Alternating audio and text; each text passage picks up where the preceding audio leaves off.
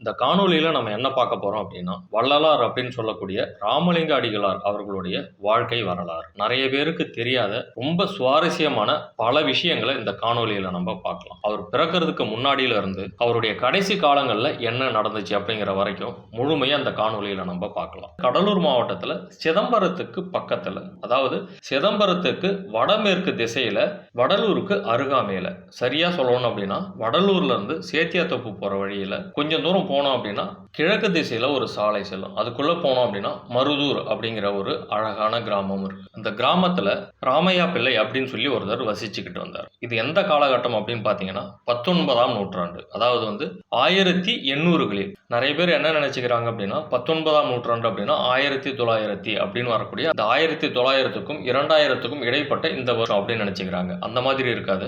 1800கள்ல இருந்து 1900 இதற்கு இடைப்பட்ட இந்த 100 வருடங்கள் தான் 19ஆம் நூற்றாண்டு. இந்த 19ஆம் நூற்றாண்டினுடைய ஆரம்ப காலகட்டத்தில் நடந்த இந்த விஷயங்களை தான் இப்போ நம்ம பார்க்குறோம். அப்போ ராமையா பிள்ளை அப்படின்னு சொல்லி ஒருத்தர் அந்த மருதூர் கிராமத்தில் வசிச்சுக்கிட்டு வர்றாரு. அவருக்கு திருமணம் ஆகுது. முதல் திருமணம் நடக்குது, முதல் மனைவி இறக்குறாங்க.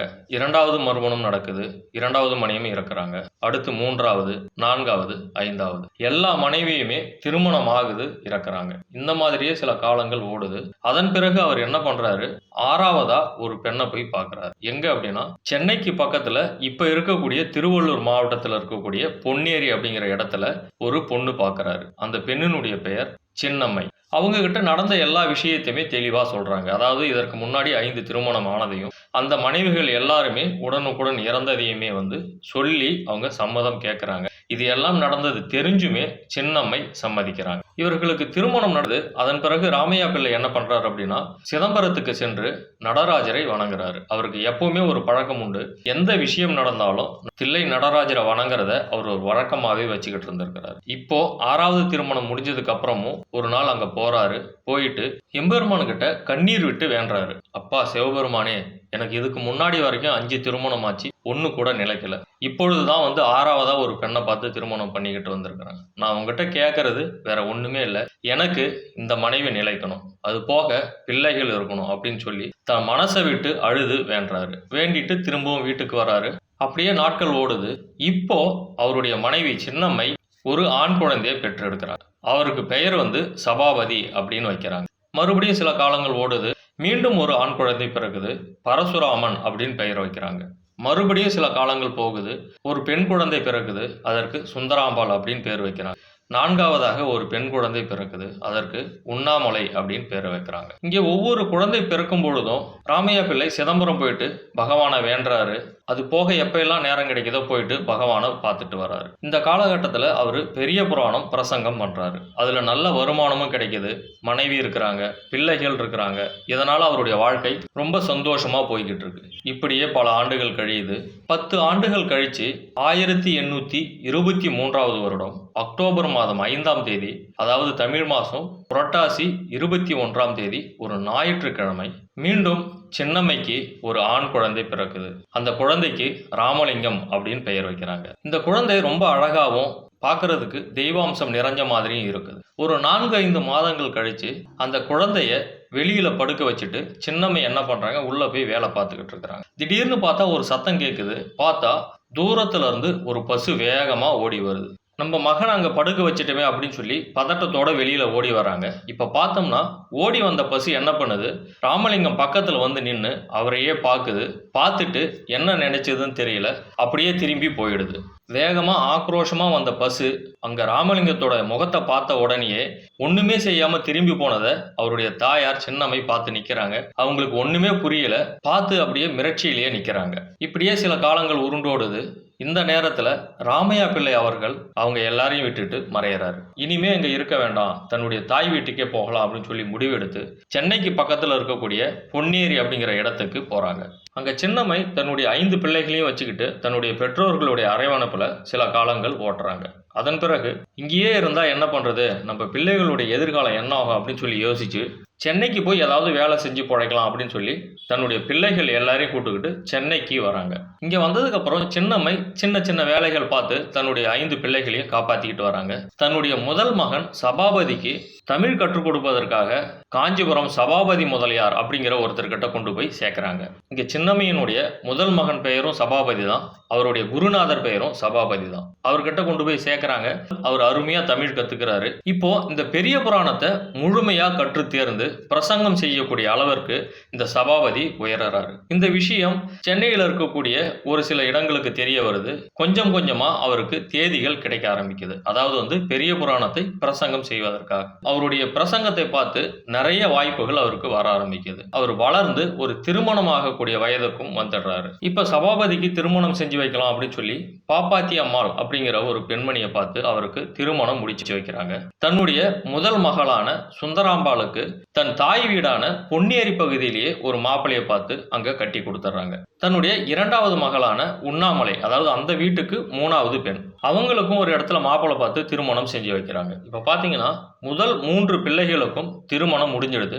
இப்ப சின்னம்மை என்ன யோசிக்கிறாங்க அப்படின்னா, தன் கடமையினுடைய பெரும்பகுதி முடிஞ்சிருச்சு, இதுக்கப்புறம் இங்க இருக்க வேண்டாம் அப்படின்னு சொல்லி இவங்க 3 பேரையும் திருமணம் செஞ்சு கொடுத்ததுக்கு அப்புறம் தன்னுடைய தாய் வீடான பொன்னேரிக்கே போகலாம் அப்படின்னு சொல்லி முடிவெடுக்கிறாங்க. அந்த விஷயத்த சபாபதி அவர்கள்கிட்டையும் சொல்றாங்க. இப்போ உங்க 3 பேருக்கும் திருமணம் முடிச்சு வச்சுட்டோம், இப்ப இருக்கிறது ராமலிங்கமும் பரசுராமனும் தான். நாங்க 3 பேருமா சேர்ந்து பொன்னேரிக்கு கிளம்புறோம், நீ இங்க இருந்து உங்களுடைய வாழ்க்கையை பாருங்க அப்படின்னு சொல்லிட்டு புறப்படுறாங்க. அந்த நேரத்துல சபாபதி என்ன சொல்றாரு, இந்த சின்ன பையனை, அப்போ பாத்தீங்கன்னா ராமலிங்கத்துக்கு 9 அல்லது 10 வயது தான் இருக்கும். ஏன் அப்படின்னா கடைசி பெண் உண்ணாமலைக்கு அப்புறம் பிறந்ததே 10 வருடங்கள் கழித்து தான். அதற்கு முன்னாடி சபாபதி முதல் குழந்தை. அப்ப இவருக்கும் அவருக்கும் வயது வித்தியாசம் பார்த்தீங்கன்னா, இவர் திருமணம் முடிஞ்சு அந்த வயதில் இருக்கிறாரு. இப்போ ராமலிங்கத்துக்கு 9 அல்லது 10 வயது, இந்த காலகட்டம் தான் இருக்கும். இதனால என்ன சொல்றாரு அப்படின்னா, இந்த சின்ன பையனையும் கூப்பிட்டுக்கிட்டு நீங்க எதுக்காக அங்க போறீங்க, அதனால நீங்களும் பரசுராமனும் மட்டும் அங்க போங்க, நான் ராமலிங்கத்தை வளர்த்துக்கிறேன் அப்படின்னு சொல்லி சொல்றாரு. பரசுராமனையும் பார்த்து நீங்க 2 பேரும் அங்க போயிட்டு அம்மாவை நல்லபடியா பார்த்துக்குப்பா அப்படின்னு சொல்லி அனுப்பி வைக்கிறாங்க. அவங்க கிளம்பி அங்க வந்துடுறாங்க. இப்போ இங்க இருக்கக்கூடியது ராமலிங்கம், சபாபதி, பாப்பாத்தி அம்பாள். இவங்க 3 பேருமே எங்க இருக்கிறாங்க அப்படின்னு பாத்தீங்கன்னா, சென்னையில பாரிஸ் அப்படிங்கிற பகுதியில் 7 கிணறு அப்படிங்கிற இடத்துல இவங்க 3 பேருமே இருக்காங்க.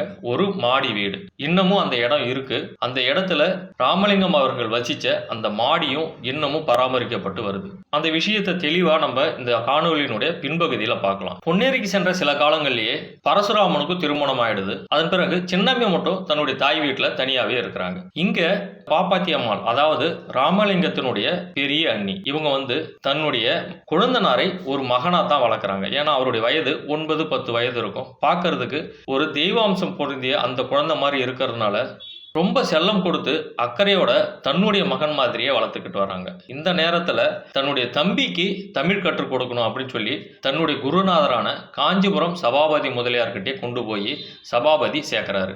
படிப்பில் நாட்டம் இல்லாத ராமலிங்கம் என்ன பண்ணுறாரு அப்படின்னா, அந்த இடத்துல மற்ற மாணவர்கள் கூட சண்டை போடுறது, அட்டகாசம் பண்ணுறது, இந்த மாதிரி பண்ணிக்கிட்டு இருக்கிறாரு. அது போக அந்த வகுப்பை கட்டடிச்சிட்டு கோயில்களுக்கு போயிட்டு தானாகவே செய்யுள் அமைச்சு பாட ஆரம்பிக்கிறாரு. இந்த விஷயங்கள் எல்லாமே அந்த குருநாதருக்கு, அதாவது சபாபதி முதலியாருக்கு கோபத்தை உண்டு பண்ணுது. அவர் கண்டிச்சு பார்க்கறாரு. திரும்பவும் ராமலிங்கம் அதே செயலை திரும்ப திரும்ப செய்யறாரு. இதனால ரொம்ப கோபம் அடைஞ்ச சபாபதி முதலியார் என்ன பண்றாரு, இனிமே அந்த வகுப்புக்கு நீ அனுப்ப வேண்டாம், உன்னுடைய தம்பியை நீ வீட்டுக்கே கூப்பிட்டுட்டு போயிடு அப்படின்னு சொல்லி கோபமா சொல்லிடுறாரு. சபாபதியும் ராமலிங்கத்தை வீட்டுக்கு கூப்பிட்டு ரொம்ப கோபமா பேசி, இனிமே நீ அவனுக்கு சோறு போடக்கூடாது, இந்த வீட்டிலேயே அவன் இருக்கக்கூடாது அப்படின்னு சொல்லி வெளியில துரத்தி விட்டுடுறாரு. பாப்பாத்தி அம்மாள் ரொம்ப வருத்தப்படுறாங்க. ஏன் அப்படின்னா, அந்த காலத்துல இருக்கக்கூடிய பெண்களை பத்தி உங்களுக்கே தெரியும். தன் கணவனுடைய ஒரு வார்த்தையை கூட மீற மாட்டாங்க. அதனால தன் கணவனுடைய பேச்சையும் மீற முடியல. அதே நேரத்துல எந்த ஆதரவும் இல்லாம நம்ம கிட்ட வளரக்கூடிய இந்த சிறு பையனை நம்ம எப்படி வெளியில அனுப்புறது, எதுவும் செய்ய முடியாம அந்த சூழ்நிலையில